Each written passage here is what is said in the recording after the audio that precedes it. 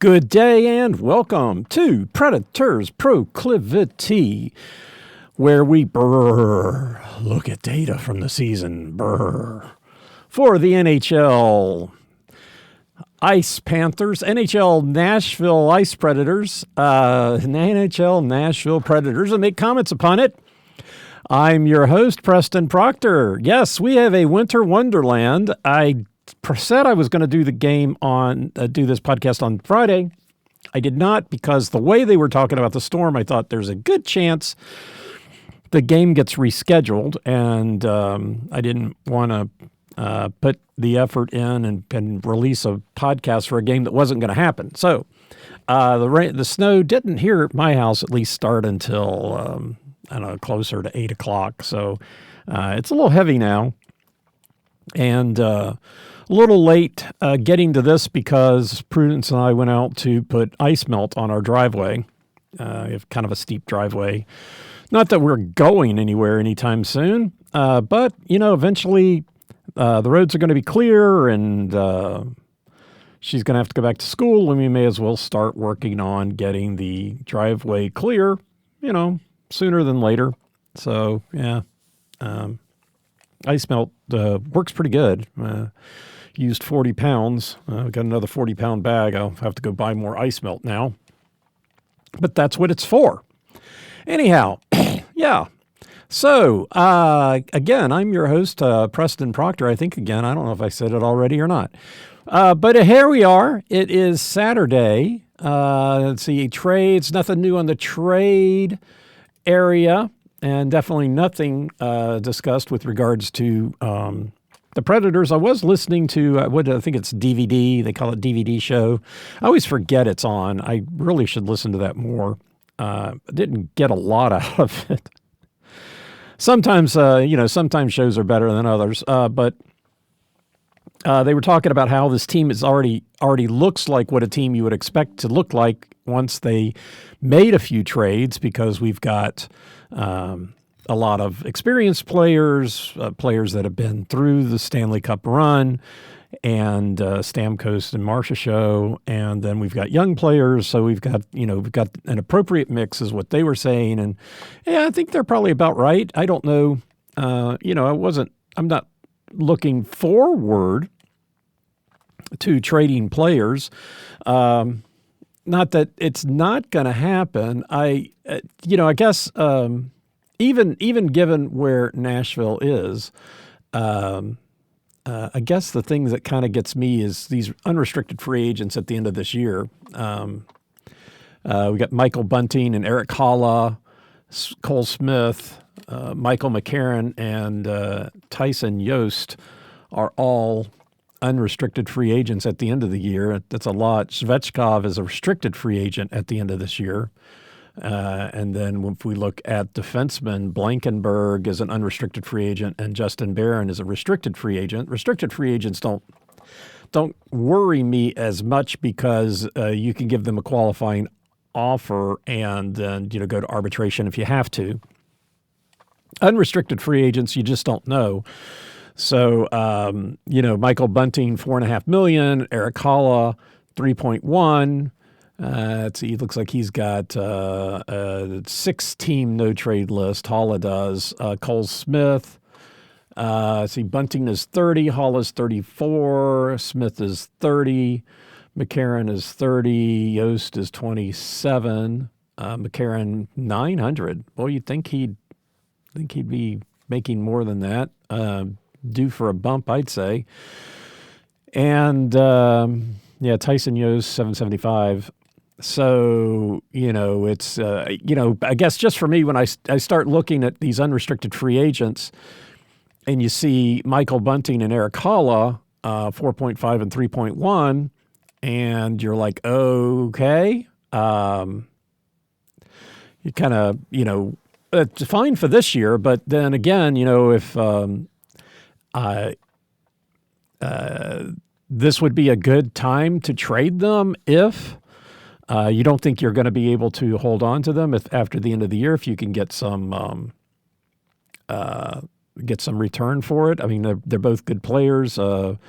Bunting. I think Haula is a little more productive than Bunting, but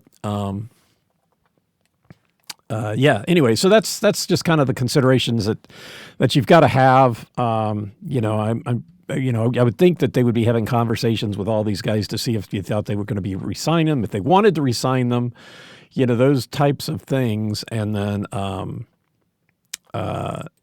and then acting appropriately. So even though we've kind of got the team that we ought to be able to be productive with and make a playoff run, that there are future considerations that might come into play, and I don't know what they are. But just when I look at this list of restricted, unrestricted free agent, Jake Lucchini's an unrestricted free agent at the end of the year, but he's with Milwaukee.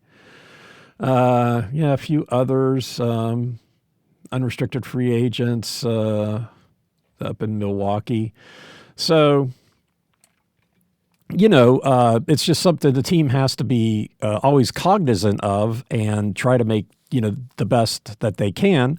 Of course, if they feel like they can't get a replacement that would be appropriate for the team still continuing a playoff run, then they're kind of screwed.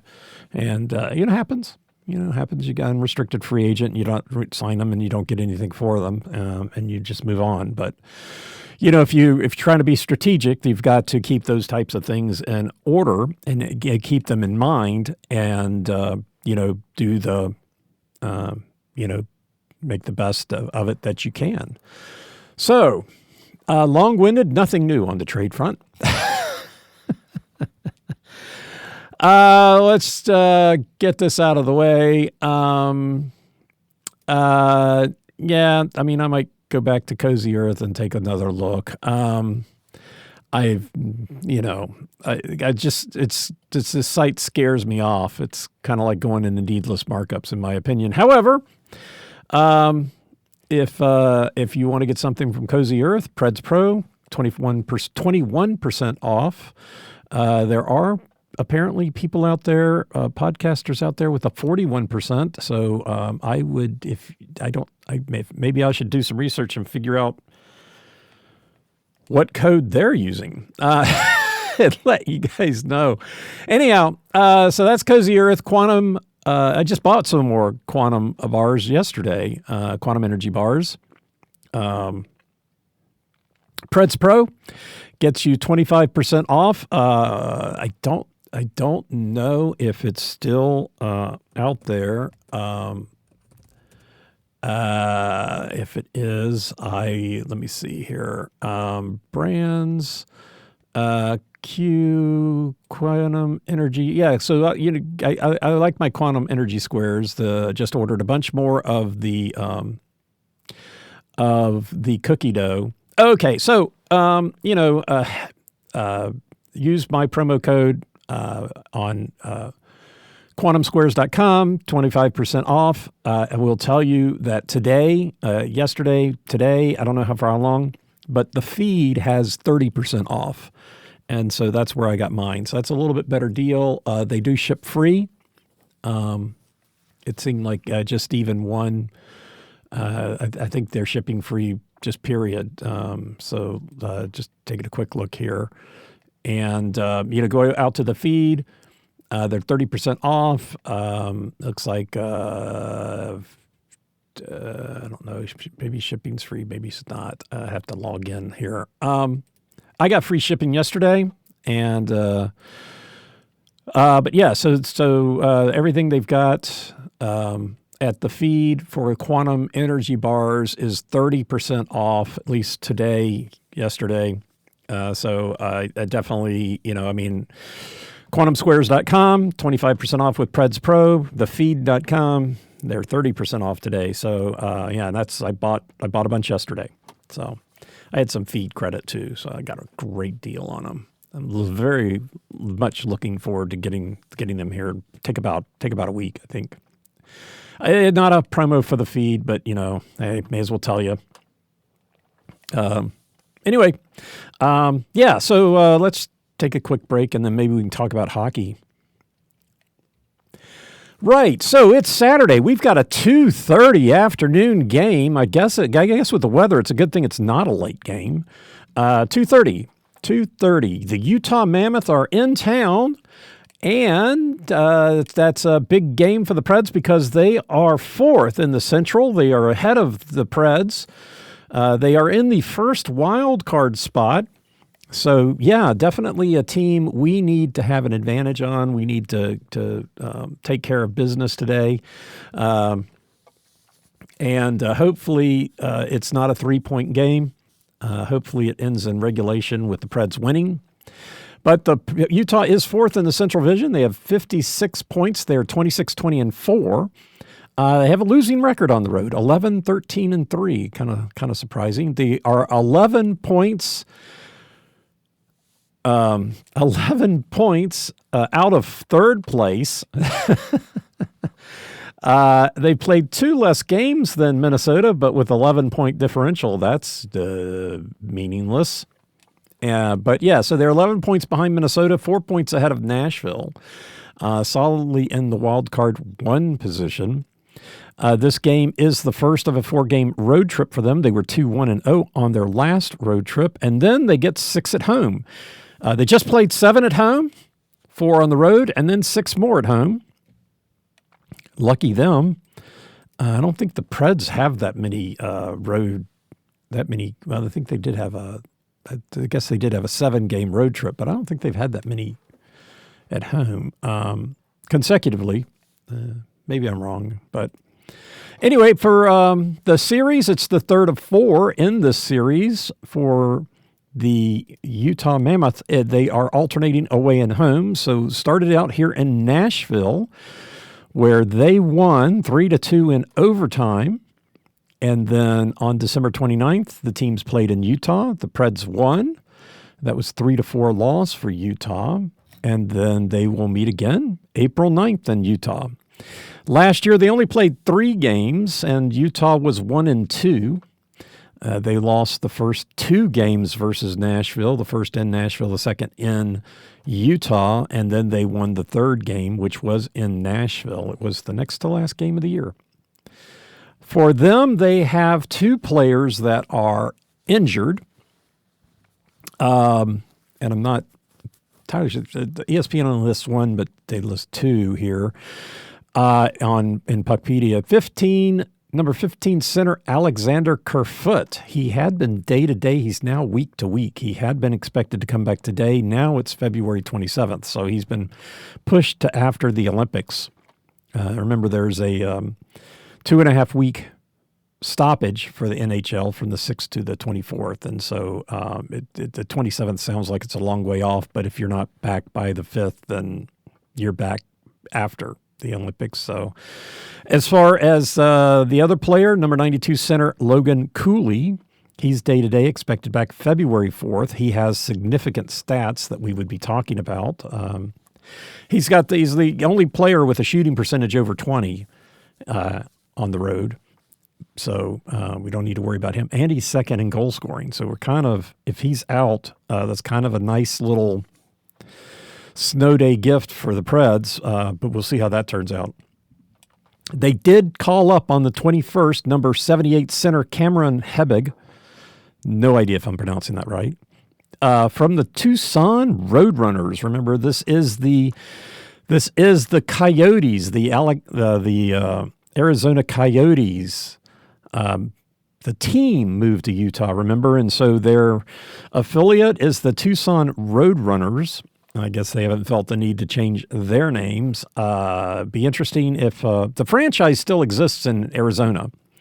The franchise is still there. The team moved to Utah while they're building this huge complex for the Arizona team to play in, and the word is that the NHL will give them a team as soon as all of that is up and running. So the franchise is still there. I'm not sure whether Tucson Roadrunners will then become the affiliate of the Arizona team, which would make sense, or not. Who knows? I guess we'll see how all that plays out. They do shift the affiliates around from time to time. A couple of years ago, the Kings got a new affiliate. Their affiliate is now in the LA area, which is nice. Before that, it was in Canada. It was in Eastern Canada. So anytime they needed to bring somebody up, they had to clear visas and customs and everything. So it was a little bit easier with the team being in LA, Ontario Reign, yeah. And so they do move the minor league team affiliations around from time to time. And I guess the NHL controls that to some degree. I'm not exactly sure how all that goes. But anyway, so they called up Cameron Hebig from the Tucson Roadrunners. As far as I can tell, this will be his first NHL game. So good for him. That's very exciting. I don't know anything else about him, but I did not see any record of him having any stats of playing in the NHL. So, yeah, very exciting, very exciting. And let's see, that's Utah. So next up is the Preds. The Nashville Predators are fifth in the Central with 52 points, 24-22-4. They are 14-11-2 here in Nashville.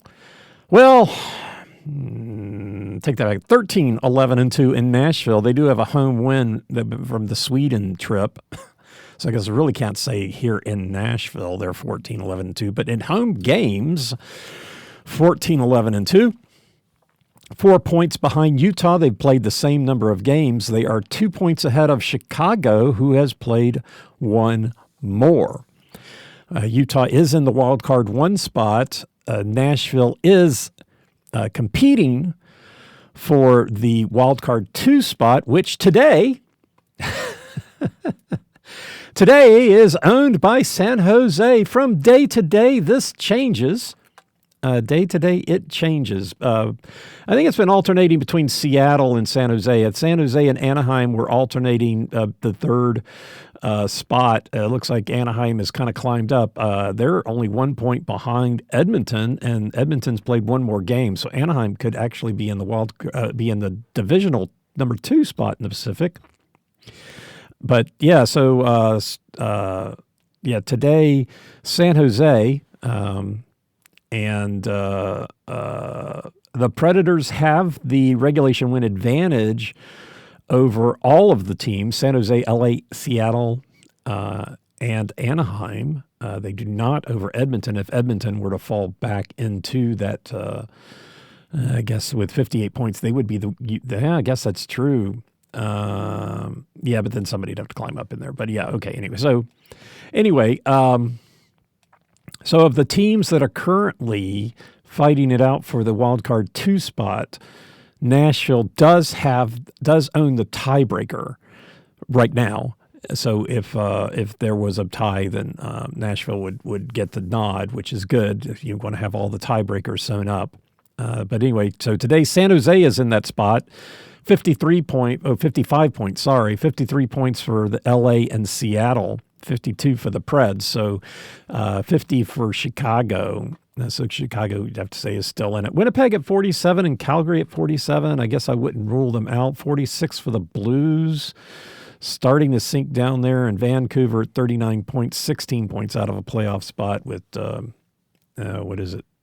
still 31 games to go. I mean, if they made a run, but you don't tend to see that. Anyway, so the Preds are still in it for a playoff spot.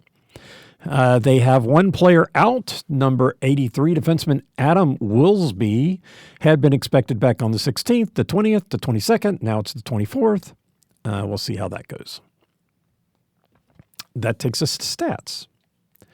Stats. Right. All right, we start out with the first goal.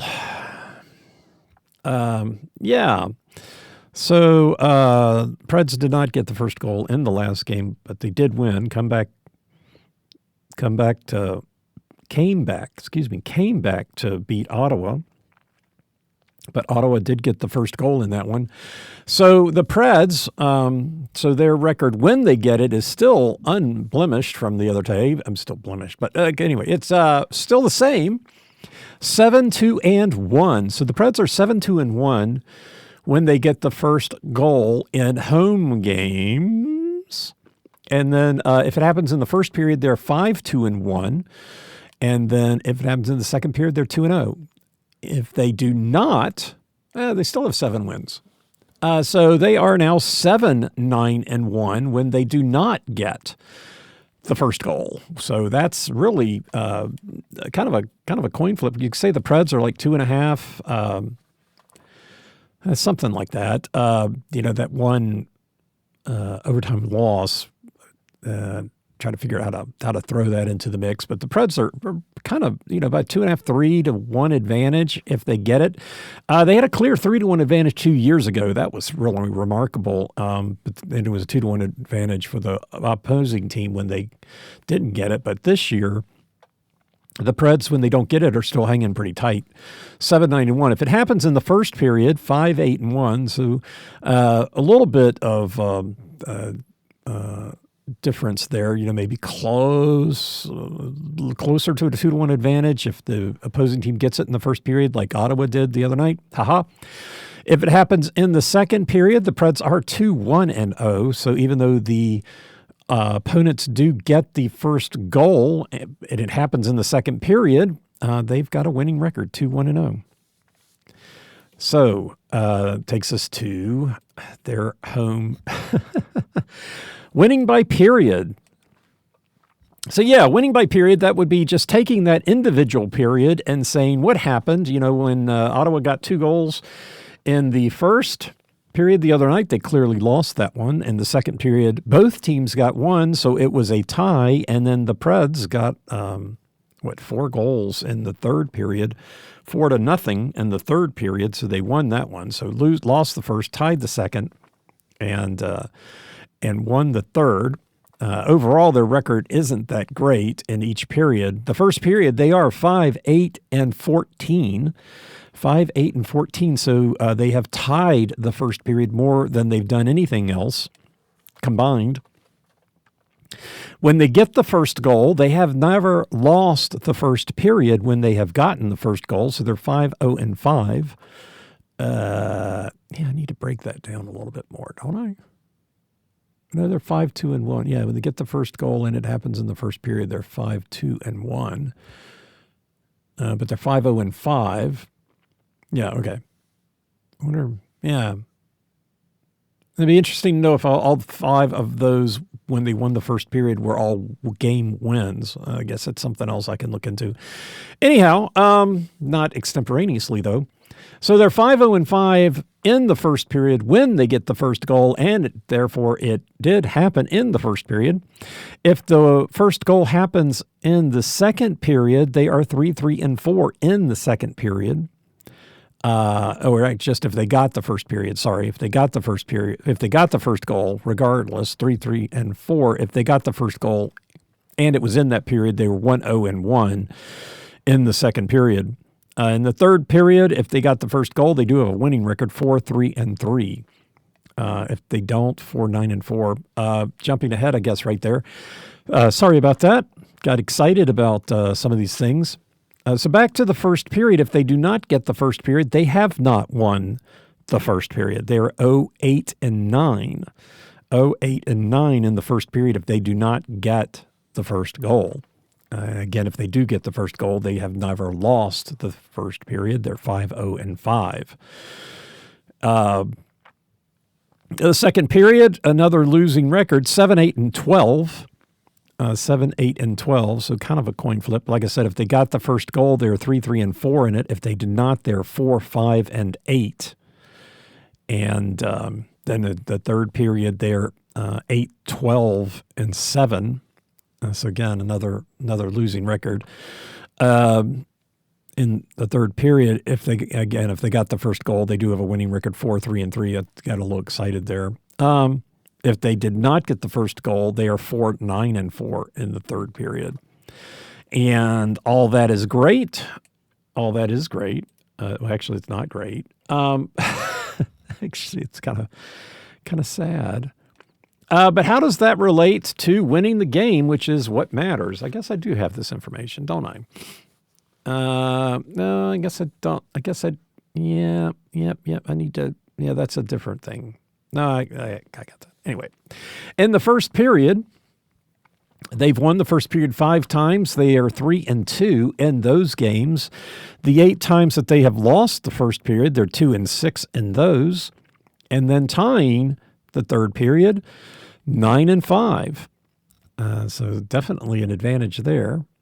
And the second period, 7 times they've won the second period. They're 4-3 in those games. 8 times they've lost it, 1-7. And then 12 times they've tied it. Winning record, 9-3. 9-3. Tying the second period is just, it's just such a good sign. All right, and moving on to the third period, 8 times they have won the third period, like they did the other night. They are 7-1 in those games. So things that sound good are tying the second and winning the third. Losing the third, they are 1-11 in those 12 games, and then tying the third, they're 6-1. So tying the second and then either winning or tying the third. Of course, if you tie 3 periods, there is no winner. So you can't tie 3 periods. Can't pull for that. Taking out the empty nets, things change a little bit. The Preds have won the third period 8 times. Taking out empty nets, they're 6-2. 9 times they have lost the third period, so they are 2-7 in those games. And then tied without empty nets, they're 6-4. So definitely winning the third period is the bigger advantage there. So what was that? That was tying the. No, that was the third. If we go up here, if we look at these, which I don't look at these very often, tying the third and tying the second and winning the third. Wow, this is interesting. I don't normally look at the combinatorics of the second and third period, but here I am looking at it now. When the Preds have tied the second period, looks like that's happened 12 times. 4 times they've won, 4 times they've lost, and 4 times they've tied. Wow. That's kind of funny. And the win and tied are all wins. And then lost, tied the second, losing the third, they're 1-3. So that's pretty remarkable. What hasn't happened is to lose the second and tie the third. That's got 0. It's the only one with 0, and everything else has happened at least twice. I don't normally look at these. Losing the second, losing the third, that's happened the most, 6 times. 6 times out of how many 27. They played 27 home games, 6 times. So what's that? It's like 4.5, 2 nights, back to 11, huh? Yeah. So 22%. That's losing the second, losing the third's happened 6 times. They've lost all of those. That's okay. Yeah, I don't normally look at these statistics, and now I'm kind of intrigued by this, especially the 4-4-4 for tying the second. Like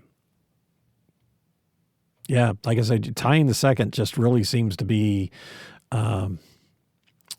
something else here in Nashville. Okay, so all right. Well, let's keep talking about tying, but let's go back to the combinatorics of the first and second.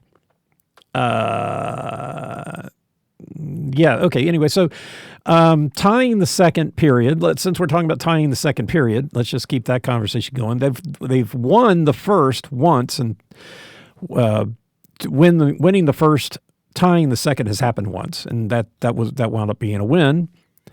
They've lost the first, tied the second 4 times, and that's 1-3. Funny.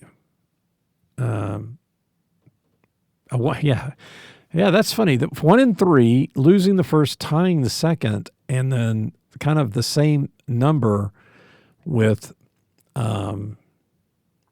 what was it? Tying the second, losing the third is also 4 times 1 and 3. I wonder if those are all the same games. Let me highlight this. It didn't help me. Didn't help me the other day because I still haven't figured out this one scenario. But that's interesting. And then finally, tying the first, tying the second has happened 7 times. So what was that? 27 home games, 7 times. So almost 25%, just under 25% of the time they'll tie the first and tie the second. That's a lot. And they're undefeated, 7-0-0 when they tie the first and tie the second. That's happened 7 times, which is 3 times more than anything else. Except 4 times they've lost the first and tied the second. 4 times they've also tied the first and lost the second, and the 1, 2, and 1 in that scenario. And then tying the first, winning the second has happened 3 times, and they're 1, 1, and 1 in those games, which is bizarre to. But yeah, like I said, that's something I want to investigate. I just don't remember to do it. Winning the first, winning the second has happened twice. Won all those games. Losing the first, losing the second has happened twice. Lost all of those. Winning the first, losing the second has happened twice. Lost all of those. So, and then losing the first, winning the second has happened twice, and they're 1 and 1 in those games. And that's all of your 2 times scenarios right there. So that's the combinatorics in probably as confusing a manner as I can get. No, I bet I could be more confusing. I bet I can. Which takes us to goal scoring. Goal scoring. We start off by looking at when the winning goal is being scored here in home games. Got to include that one game where they were at home in Sweden. Yes, I haven't still bitter about that. I'm not bitter about that. Anyway, so 10 times now the winning goal has been scored in the third period, as did the other night. So 37% of the time here in Nashville, the winning goal is being scored in the third period. Next up is the second period, 7 times with 26. And then you get 4 in overtime, 3 in a shutout, and 3 in the first. So clearly the first or the second and third periods are the predominant periods for them to be scored, the winning goal to be scored.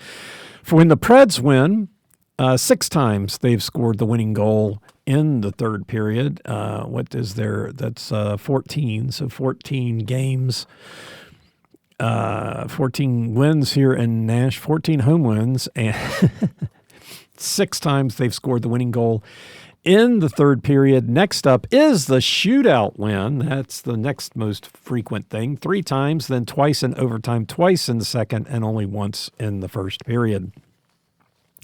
The opponents, however, break that mold, and they predominantly have been scoring the winning goal in the second period. That's 5 times, though. 5, so 11 times. The shootout loss is 13.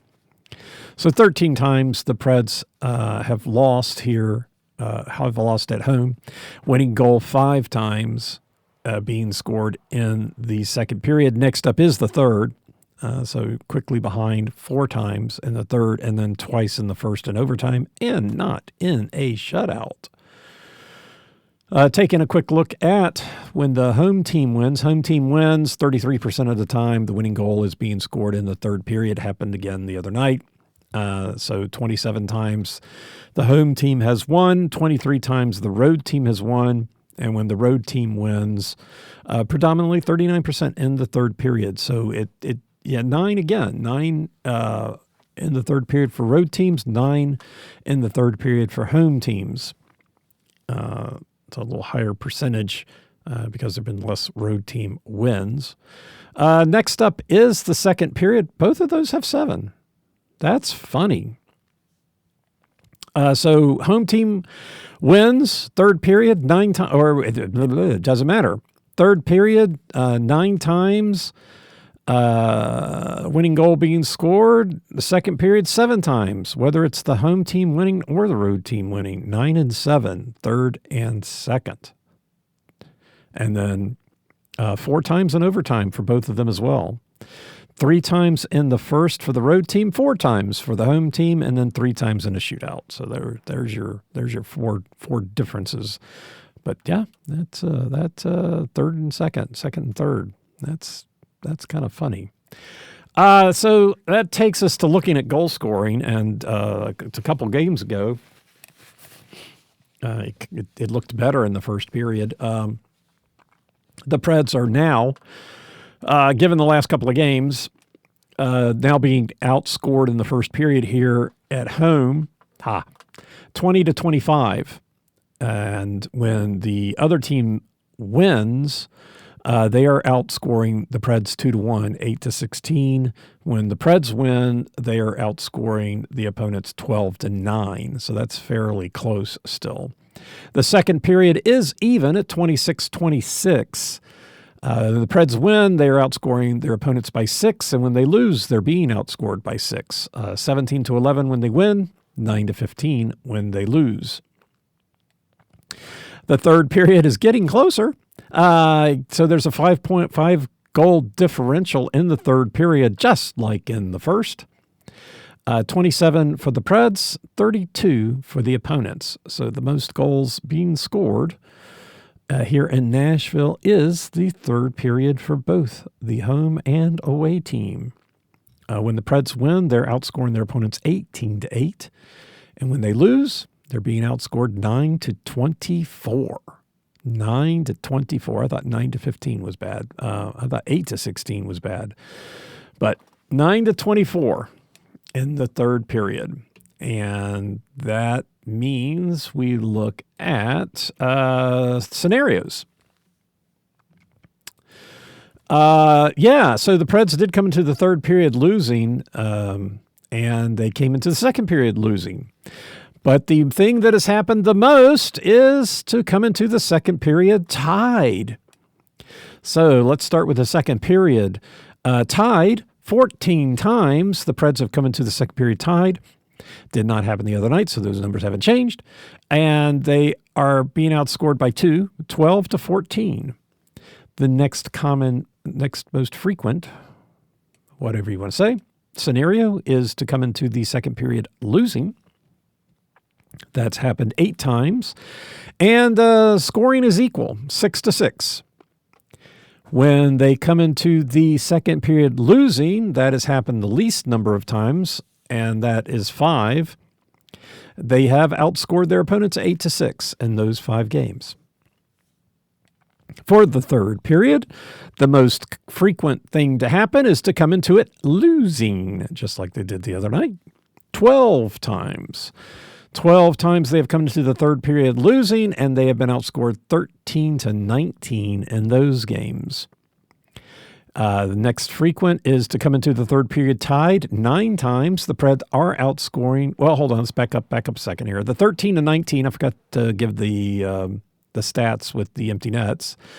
13-19, but the Preds now have an empty net goal in that situation. So the opponents have 8. And the Preds have 1. So the Preds are actually outscoring the opponents 12-11 in the third period now, thanks to the other night. 12-11 when the goaltenders are in the crease. But overall, 13-19. So then that 12 times that's happened, 12-11. So about 1 goal a game for both sides. So coming into the third period tied 9 times. The Preds are outscoring their opponents 9-5, but 2 of those for the Preds are empty net goals, so it's 7-5. At least they're still outscoring. And then coming into the third period winning has happened the least, 6 times, and they have been outscored 8-5, 5-8, and the Preds have 2 empty nets in that scenario, so it's actually 3-8. So it's actually worse than it sounds. And that takes us to the matchups. Right. So, yes, I'm trying to color code. We'll see if I can get this work out a little bit. The Preds are at home. Preds are at home. Preds are at home. Preds are at home. Try to remember that. Preds are at home. So let's talk about the goal scoring. And just to set things up, the Preds are at home. Utah has played 26 road games, which is more than average. There are 7 teams that have played more, 5 that have played the same, and 19 that have played less. The Preds have played 27 home games. Only 3 teams have played more, 4 have played the same, and 24 have played less, which is why I like to look at the per game stats, because it can get a little screwy otherwise. So looking at the Utah Mammoth, on the road scored 2.88 goals a game, which is 21st in the NHL, which is below average. Average is 2.99. We're just below 3. 2.88, so it's pretty close. The first period, they're 20th, scoring 0.81. That is a little bit below average. 31st in the second. 31st in the second. And just for comparison, on raw numbers, they're 9th in the league in scoring in the second period with 30. But they are next to last on a per-game basis. That's why, again, why I like to look at the per game. They are scoring 0.73 goals a game. The league average is 0.98. But then they do bump it up in the third, and they score 1.19 goals a game in the third period, which is 9th, and that is above average. Average is 1.07. So I get about 0.12 above average. So the Utah, okay, so just the raw numbers then, they've scored, what? Oh, right. They've scored 20 in the first, 30 in the second, and 30 in the third. So it's actually, how is that? No, that's wrong. That's the wrong stats again. All right, sorry. 21 in the first, 19 in the second, and 31 in the third. I'm telling you, I gotta move these things around. They alternate, and they shouldn't alternate. So I look up to find a stat, and even though I color coded them, I'd still get the wrong ones. Right. So Utah scored 21 goals in the first, 19 in the second, and 31 in the third. For road teams on average in the NHL, goal scoring does increase from period to period. The second period teams are scoring 14% more goals in the second than the third, and an additional 9% goals in the third from the second.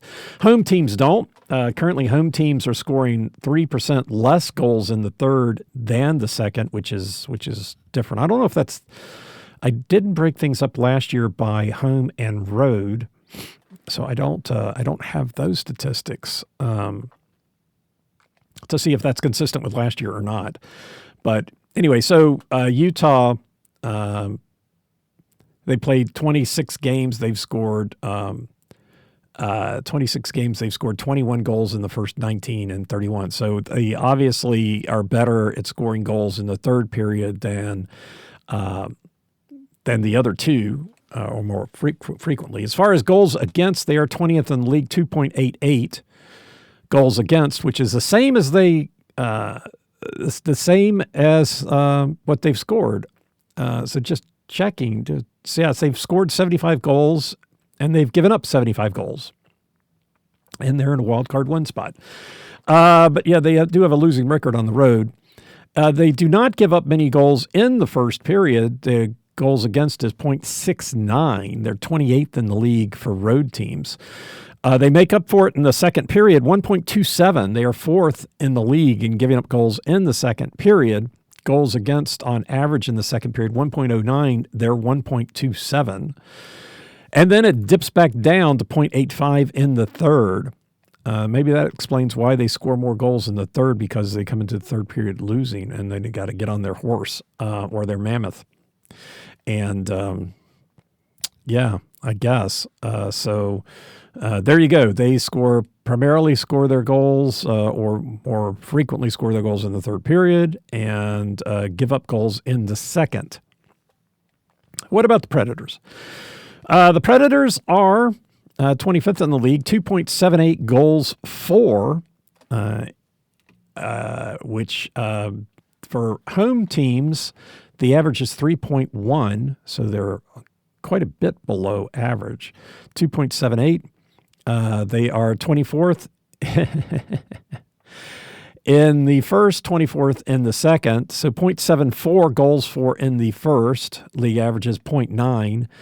0.96 in the second. League average 1.08. They do jump it up to 1 in the third. League average 1.04, so they don't follow the NHL averages. They do score more goals in the third period than they do at home, than they do in the second. 20 in the first, 26 in the second, and 27 in the third. So it's actually fairly equal between the second and third. But their ranking goes up because scoring in the NHL for home teams goes down between the second and the third. So the Preds more likely to score in the second and third than the first. But yeah, we've seen that. As far as giving up goals, they are 10th in the league for home teams, giving up 3.15 goals against. The league average is 2.99.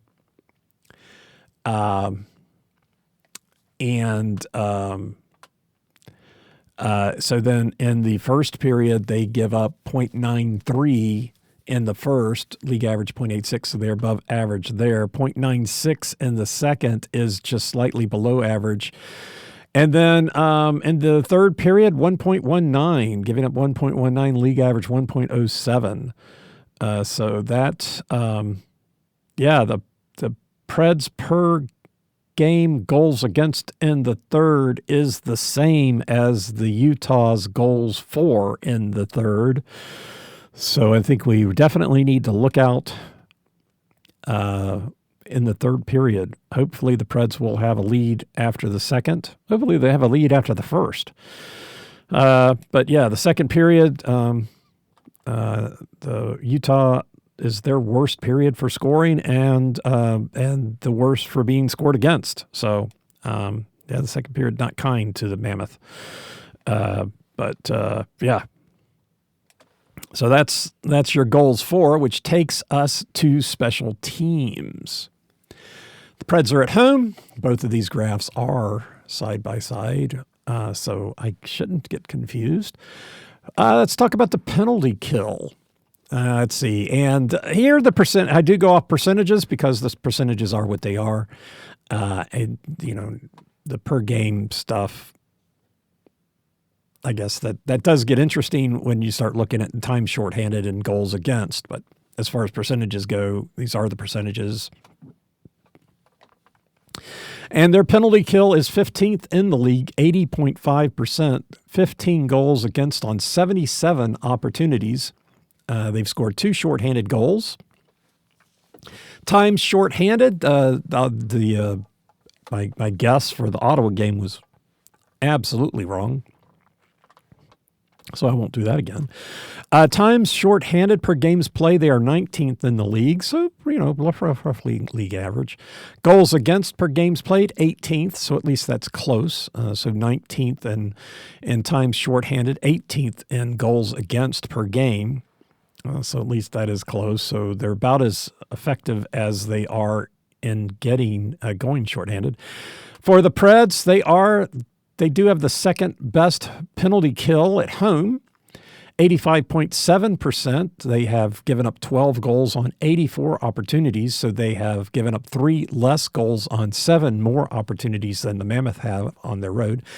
They have also scored 2 shorthanded goals. As far as times shorthanded, they are 4th in the league in the number of times per game that they are shorthanded.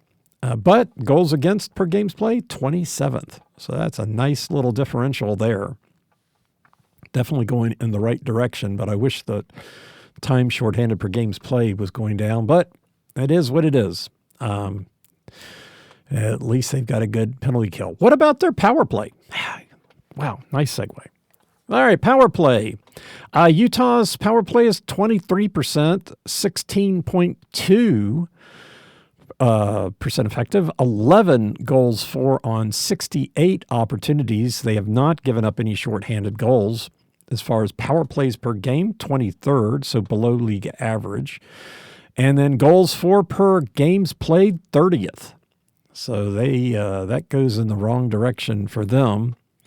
The Preds are league average, 16th in the league on the power play, 19.5%, 16 goals on 82 opportunities. So they've had 5 more goals on 14 more opportunities than Utah. They have not given up a shorthanded goal either. As far as power plays per games played, they are 21st in the league. Goals for per games played, 16th. So 21st in opportunities, 16th in goals for. So at least that goes in the right direction too. So I think both of those go in the right direction for the Preds, and definitely the power play for Utah doesn't look that great. And they're missing Cooley, but we'll talk about that later. Anyway, so those are the matchups, and that takes us to the people to watch. People to watch. Yes, at least we've got short lists for both teams. And it's even shorter for Utah because one of the guys is injured and not expected to be back today. But top of the list, number 11, right wing Dylan Guenther. He's first in goals with 12, first in points with 23, and first in shots, 92. Injured, but we'll call his stats anyway. He's second on the team in goals with 9.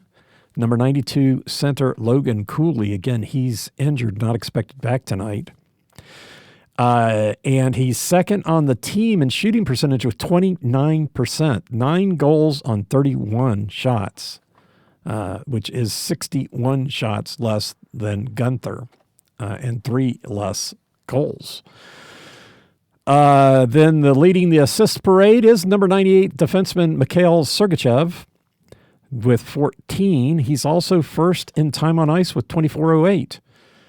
Then second in assists with 13 is number 8 center Nick Schmaltz, who is second on the team in points with 21, and he's fifth in the team, 1932. He is the forward on the ice the most. The only stat I have for number 9 center Clayton Keller is second in shots, 74. So pretty much number 11. Number 11, maybe 8.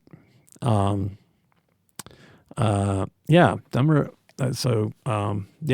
11 and 8. And I always get to this point. You'd think I know better. But previewing the lineups, Guenther and Schmaltz, yeah. Guenther is third line. Here we go again. Guenther is the right wing on the third line for Utah, and he's the goal leader on the road.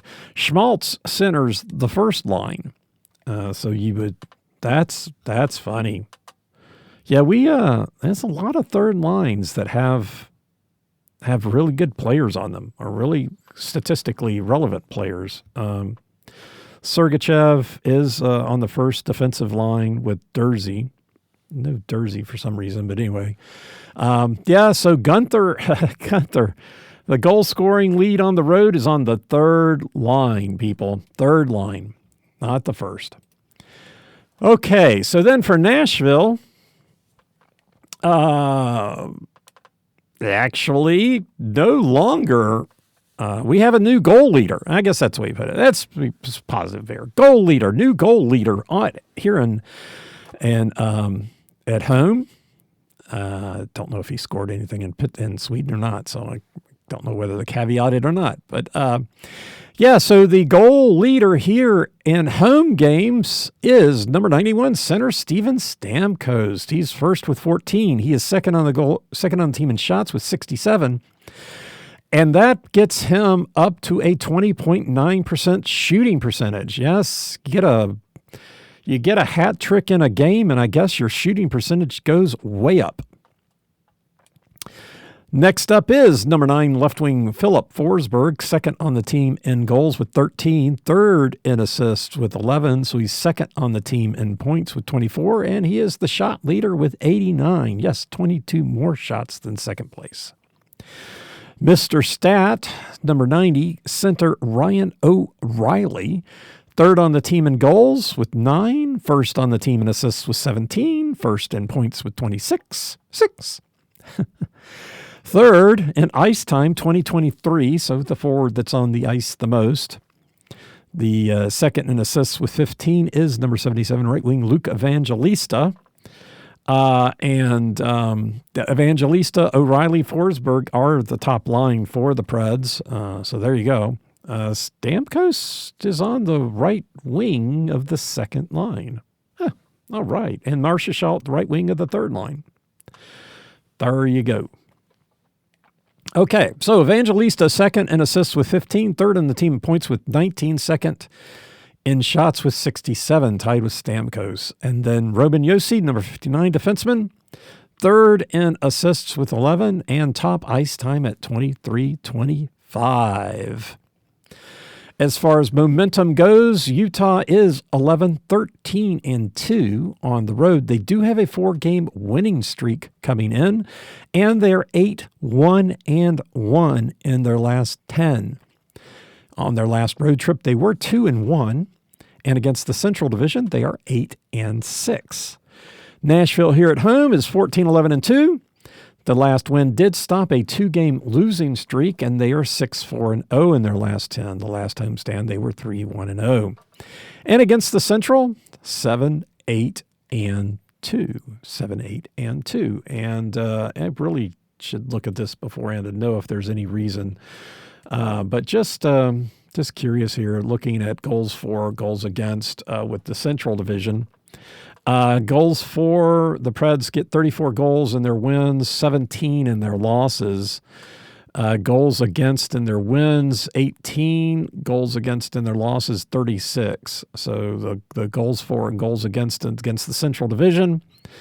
The winning team does look like 34, 36 goals. The losing team, 17, 18. That's actually fairly close.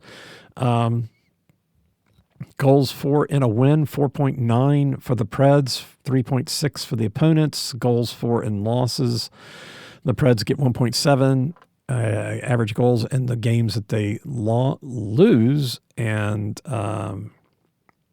up 2.6 in the games that they win. Those are significant differentials there. So anyway, I don't even know what those numbers are. So anyway, I don't know if that's useful or not, but that is kind of interesting, though. I do think that's interesting. They're 7-8-2 against the Central. So anyway, so that's momentum. So yes, a 2:30 game today, 2:30. I haven't looked out the window since I came into the studio, but I was still able to see the grass when I got here. But probably not anymore. I think it's supposed to keep snowing, and then supposedly turning to freezing rain at some point.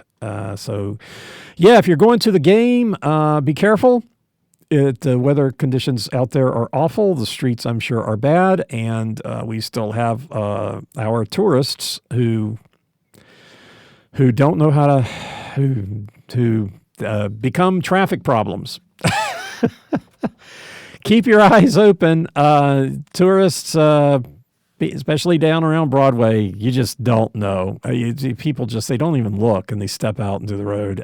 You've always got to be ready for somebody to do something stupid. And with the weather like this, be extra careful and make sure you're warm. Anyway.